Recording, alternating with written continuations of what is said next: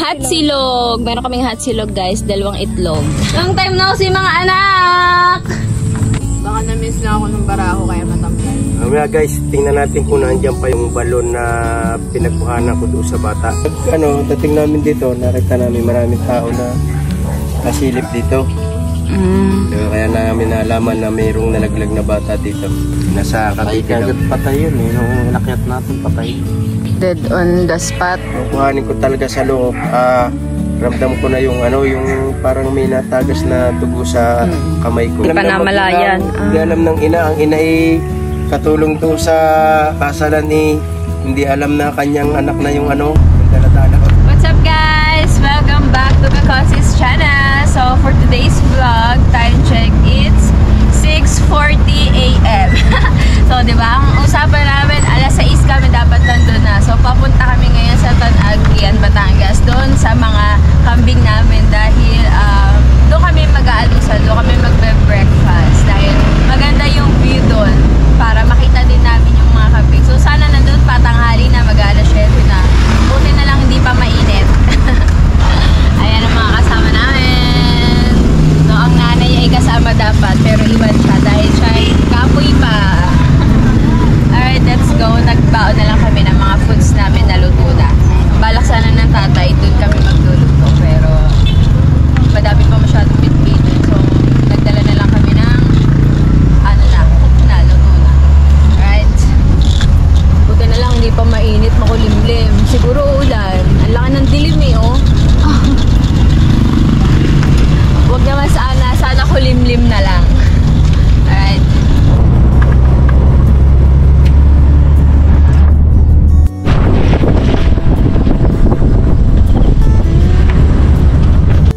Guys, tinan nyo, nagkatubig dito.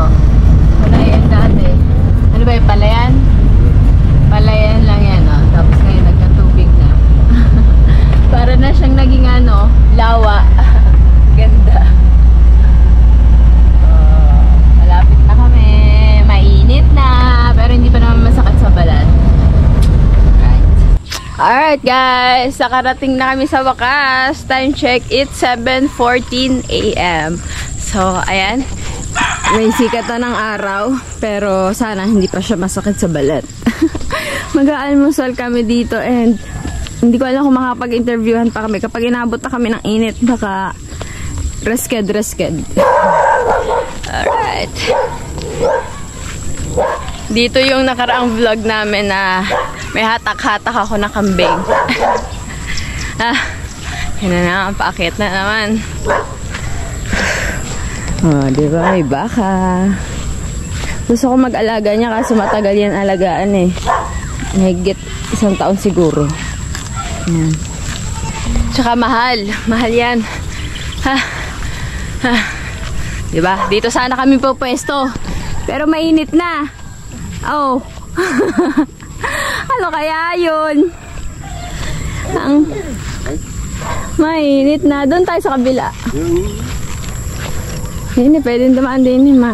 Mababa ang tabad.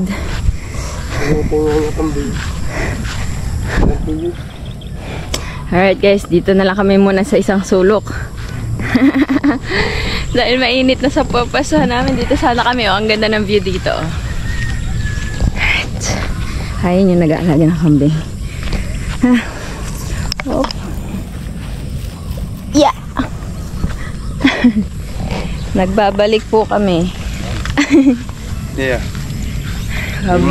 Bablog lang kami. Ando pa kambing. Alright. Para akong nabili ko, parang baka yung gamit. Ganda ng view guys, oh. Alright. Set up na kami.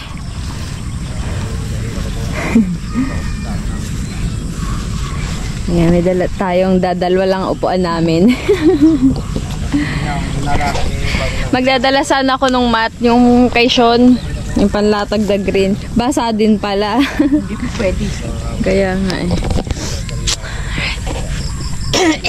Mainit na siya. Ayan o, ang ganda ng view oh. Maganda dito paghapon. So guys, anong tawag dito? Bad news, yung dinala daw namin barako kahapon na kambing is nagtatae! So sad. Yeah! Papabili tayo ng gamot. Hindi na pwede ibalik pag ganon.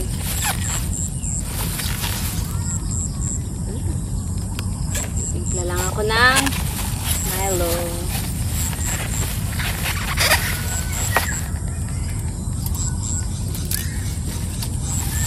Yan na natin yun. Babal ko na lang. Basta sasabihin lang naman doon ni gamot siya tayo ng kambing ano. Saka bibili. Ba dito sa bayan? Motor na lang. Saan na? Kain lang na. Tamang pa rin ako.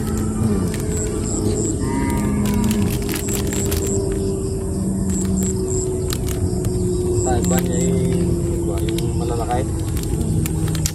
Diba mga kambing, pag meron mo lang tayo, mag-bait lang na.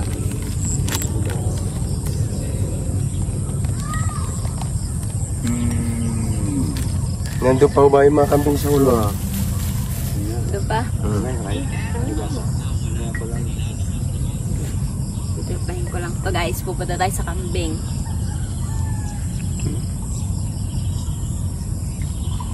Milo. Pampagising.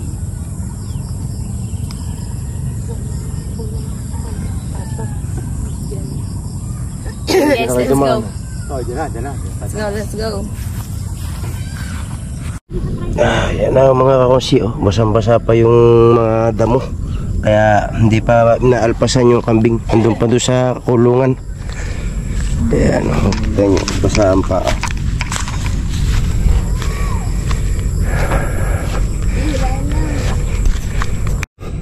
Alright. Ito na yung mga kambing.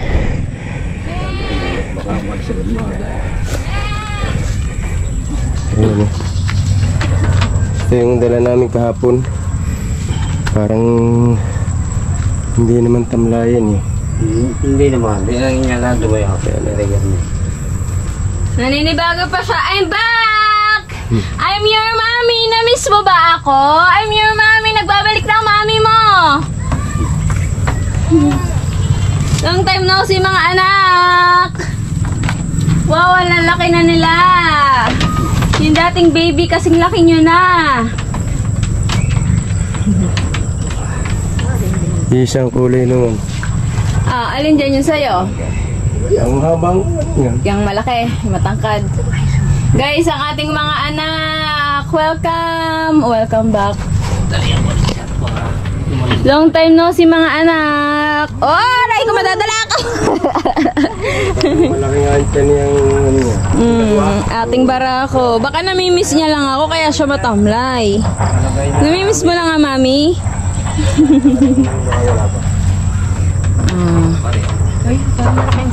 Ating mga kambing. Ayun yung baby dati, oh. Malaki na. Yun, umihi na. Nag-baby. Wow, nakaupo. Babae ka. Babaeng babae umihi, ah. Babae nga naman talaga. Ito yung baby dati, guys, oh. Ito yung sa tatay. Isa na lang natitira sa kanya. Bakit? Namatay ang baby. Ayun pa yung isa. Pero parang malaki rin ang tiyan, oh. Oo, booking nga. Matabay nga rin. Dalawang rin. Nako, magbubuntis na ulit ang aking mga inahin. Oh, dalawa silang malalaki ang tiyan. Or busog lang sila. Oh, meron na kaming 5 goat. Eh, yung lalaki nahihiya pa. Torpe siguro to. Ayaw lumapit. Mga aming mga goat. Housemate niya. Pupo. Nalabas ang pupo. Uy, nagmamilo, guys.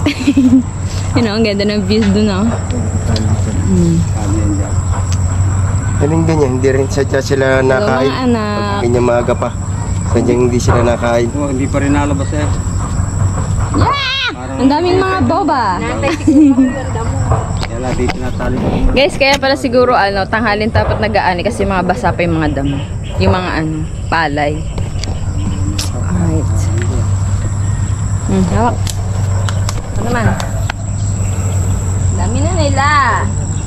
Ayun, Buntis kayo ha, magpakarami. Pinakamataas ito yung kambing na ito. Kasi sabi ito may lahi. Yan ang halapad. Malahi nga ito. Mahaba ang Abo ng tainga. Halos kapantay na ng lumapit ka na, wag ka na mahiya. sinusuwag. Naamoy-amoy niya pa yung mga puwet, oh. Napupo pa sila.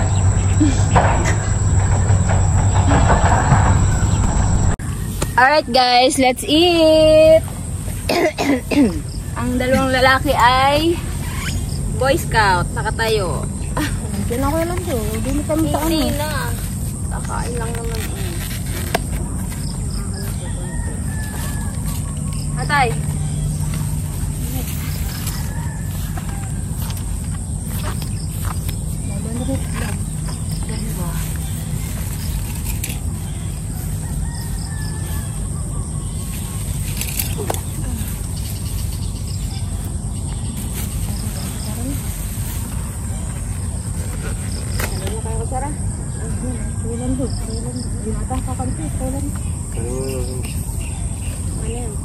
Guys, ito ang aming food. Kain na po. Meron kaming long silog. Hot silog. Meron kaming hot silog, guys. 2 itlog. Sa tatay lang isa kasi hindi yan nag-aalmusal. Alright, guys. Kain na. Sabi ka. Init na. Oh!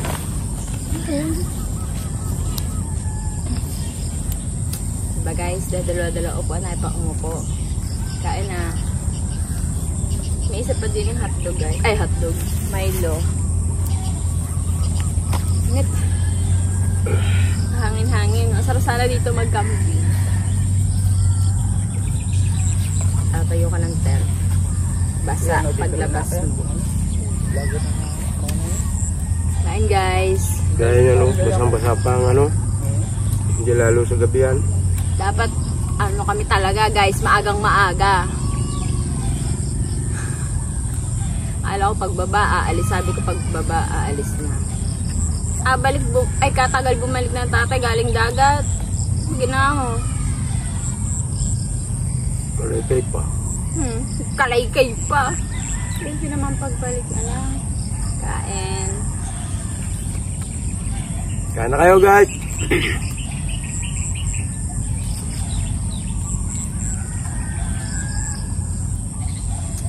Daming kanin. Papalit tayo, akin na madami.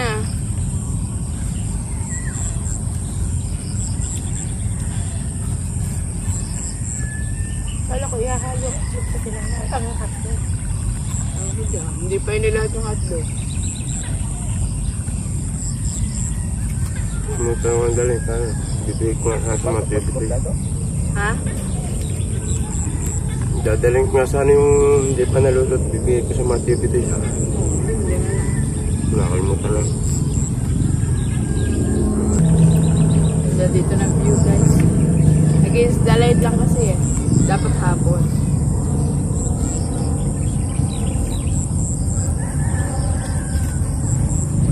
Bumalik na lang tayo dito ng hapon.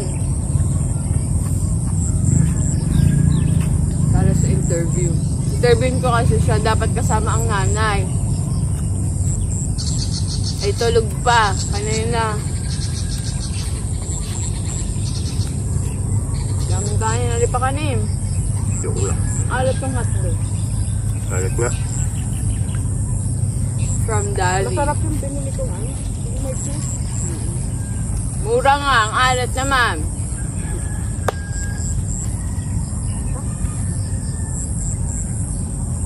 Hindi ko to boss. Daming kanin. Kain pa tita. Taste nga lang buso. Dami nilagay.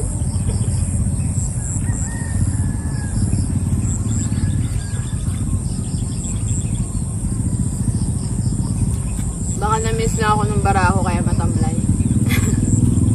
Hindi bago siguro sa ano. Kapaligiran niya. Kasi alpas yun guys. Eh simula kahapon nakatali siya. Kasi baka maligaw. Hindi pa siya sanay dito. Sa bundok pa nga yung kinuha kahapon nung binili namin eh.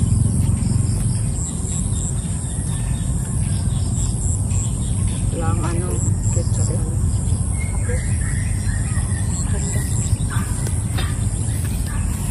Baso. Ay, baso. Ay, Meron din.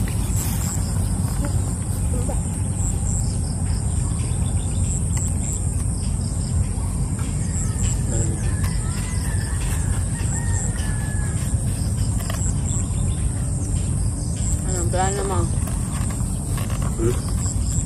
Babalik ka agad dito? No, wala mapalim yung bago. Sali, ano na na. Ayun na din ang alaoner. Sali yun lang naman bibili. Kaya sa babalik ka pa uli ng nabukanan. Bumotor na lang ako.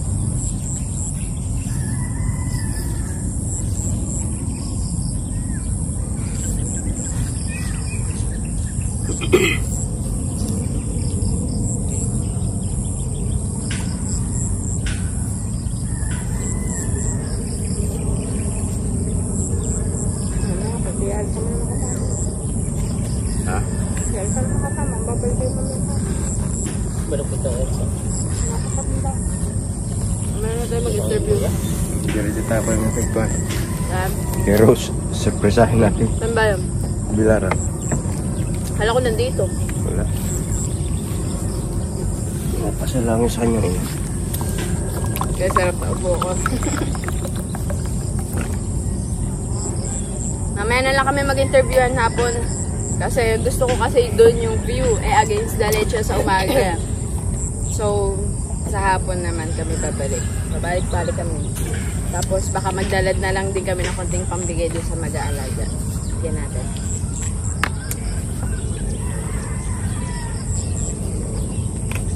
Tapos, pero pag uwi namin ngayon, babalik pa ang tatay, nakamotor na lang siya. Bibili siya ng gamot.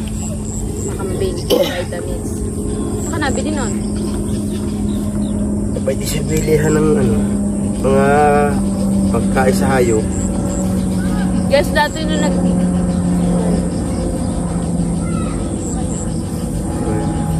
Sana ako kumaway. May tumawag sa akin, di ko alam kung sino yun. Kumaway din ako. Hindi naman ikaw, bata yun eh. So guys, dati nung nag-aalaga kami ng kambing, meron kami pinagkukuhanan ng mga gamot libre doon sa, doon sa bukid din yun eh. Napapuntang paglampas ng Banana Street. Hindi, libre yun, parang animal shelter siguro. Basta libre sa government yun. Pwede ka humingi pag may alaga ka. Kasi hindi ko na alam kung anong tawag dito, saka hindi ko na alam kung saan. Vitamins ng mga kambing. Loko na. Sarap mainit. Ang bilis lumaki nung san. Yung bagong anak. Kailan ba umuwi si Marte? Kailan ba tayo pumunta nung huling uwi ni Marte? Oh, May. June, July, August, September, October. 5 buwan na yun, lalaki. Eh, pumunta kami dito, kakaanak lang yun, mga isang linggo pa lang yun.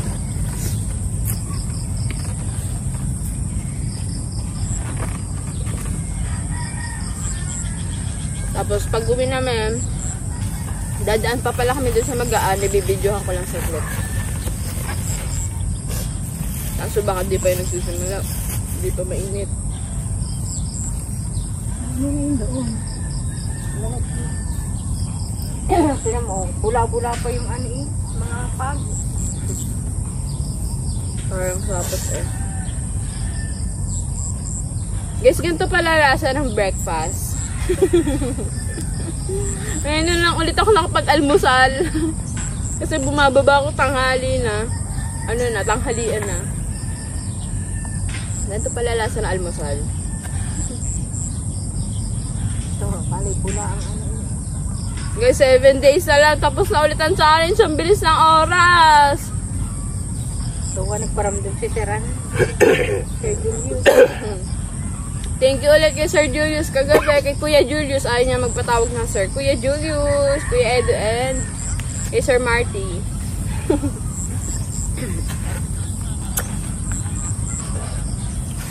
Guys, ang bilis ng araw. Parang kakatapos pa lang ng challenge ko. Mamaya tapos na ulit ang challenge si Consi. Tapos guys, kung papayagan, papasalihin din natin ang top sell. Ilalagay ko sa description yung kanilang channel. Kapatid din ni Consi yung Top Sell TV. TOPZELL. Ang hirap kasi i-search. Dapat baguhin nila yung pangalan nila. Kalabster na lang.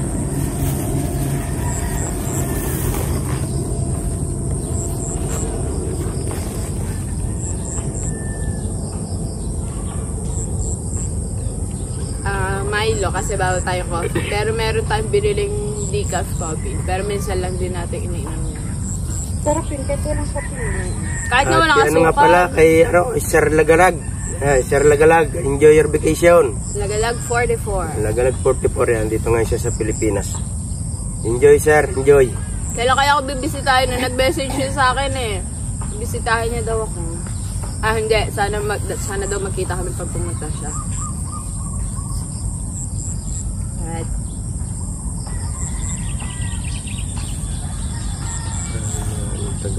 At dito ang tahimik. At sana dito tumambay. Hindi ko kasama sa binibili. Dito. Kung may kubo-kubuhan lang sana dito, dito ako tatambay. Di na. Daming kawayanan dyan. Ng isang araw. Daming kawayanan dyan.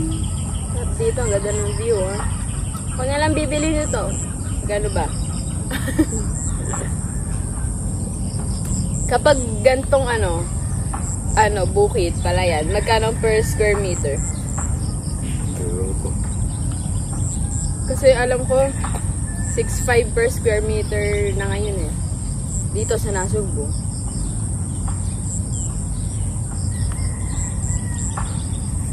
Pero pag Palayam, siguro mas mura. Pag ganitong malayo sa Kabihasnan.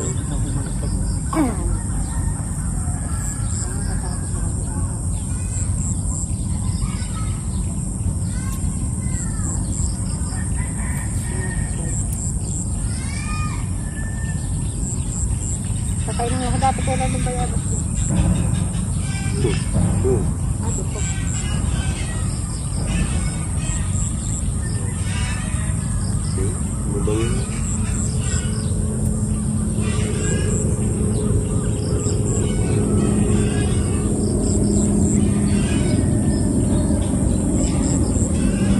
Dati hindi pa abot ang sasakyan dito.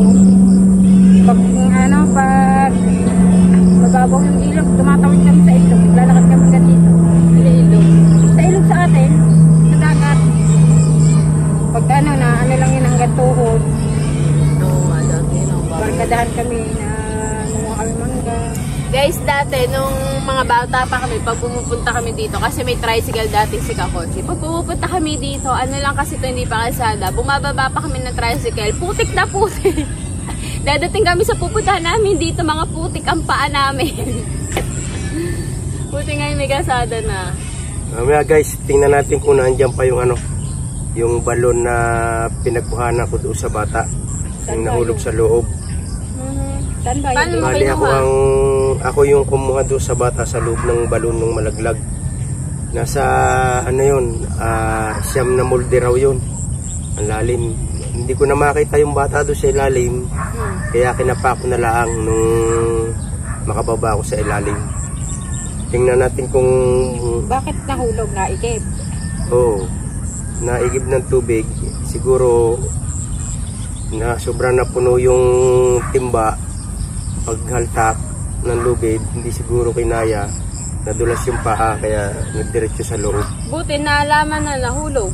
May nakakita. Buti kung walang nakakita, di wala na, hindi na malalaman. Hanapin na lang maghahanap sa wala. Ano yun, di nalaglag, tapos ano yun, hindi nalulunod. Kasi Wala may nga tubig eh. Lunod Kakunti yun, yung- nasa ilalim eh. Kukunti ang tubig niya. Tapos doon sa loob sa kailaliman ng balon, mayroong batong malaki. Sa gilid laang sila nakuha ng tubig. Parang naiiga yung balon. Buti Dahil hindi, mataas, nandito sa malapit dito sa ibabaw ng bundok na ito, diyan sa ibabala. buti hindi nabagok. Ayun nga ang ikinamatay. Namatay ba? Dahil nga sa bato bumagsak. Dahil pag-hipo ko, nung nakahiga yung bata, pag-hipo ko sa ganito, ramdam ko mainit na agad. Parang ramdam ko meron ng dugo sa My ganito. goodness. Pero yung bata, naungol. Nung hawakan ko yung bata, naungol pa. Bali, ang bata ata ay grade 3 na noon, nung malaglag. Kaninong anak yun? Babae. Hindi ko natanda yung pangalan. Buti nandito ka nun. Andun may kasal dito. Kasal ng pisang buo ko na babae. Anong year yun? Ano na yun? Siguro... Baka mga mahigit ng 20 years yun.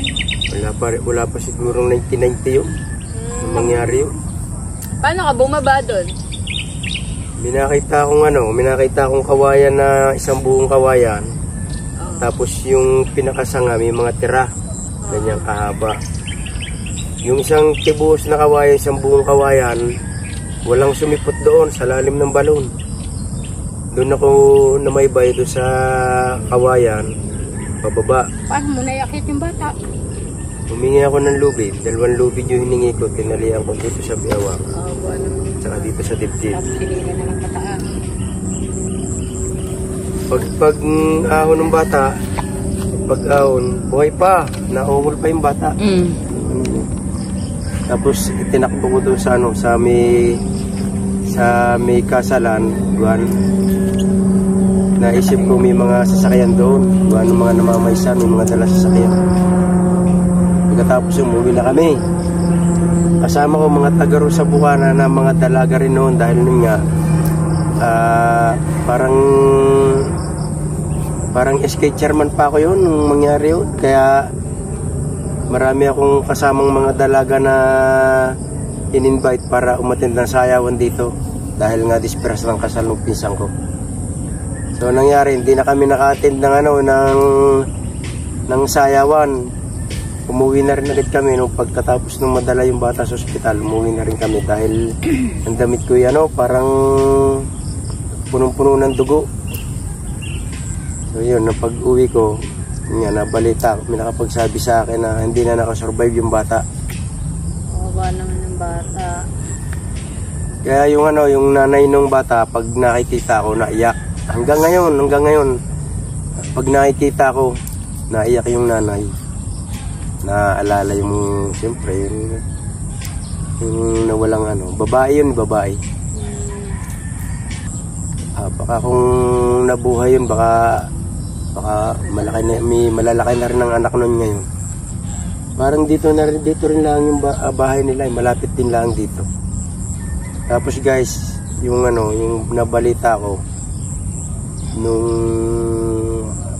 pagkatapos ng pangyayari na yun, parang yung pamilya ng bata, yung mga magulang, mga kapatid, umalis dito sa barangay na ito.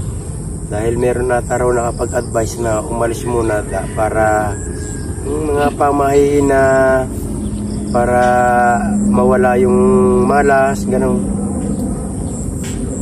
Tapos, tapos nga, nabalita ko uli, siguro matagal daw, taon ng binilang, bago sila bumalik ulit dito sa lugar na ito. Wala akong balita ngayon sa magulang. Minsan nga, pag naiisip ko na kamustahin yung magulang, ang problema, kung pupuntahan ko naman, baka bumalik na naman yung alaala nung pangyayari. Kaya minsan naiisip ko wag nang puntahan para hindi na ma-stress. Kahit maganda sana interviewin yun, wag na lang. Kakaawa pag naalala pa ulit nila yun. Pag baba namin dito, doon kami dadaan. Titingnan namin yung balon kung naandun pa. Pero napansin ko yung balon, hindi na ginagamit, tinakpa na. Ewan ko lang ngayon kung pa siya, kung nakasipot pa. Baka mamaya pagpunta natin makita ka ng magulang. Tapos sabihin, anong ginagawa nyo? Titignan lang po yung balon. Di maalala na naman. Parang malayo yung bahay dito. Malayo dati, Joyce. Simula doon, doon sa balon na yun umiigib. Layo. Ngayon na lang yung mga, nagkatubig. ano na, sila, yung mga kapatid doon ni na Rosmaranan. Ayun, doon dito na igib. Kilala mo Lahat. yung magulang na yon?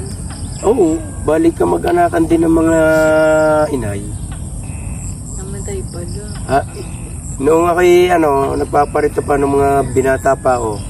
Ito lahat, yung lahat ng nakatira dito, no, bagay nga napakarami na ng bahay, pero yung lahat ng nakatira dito sa lugar na ito, yung laang balon na yun ang igiban.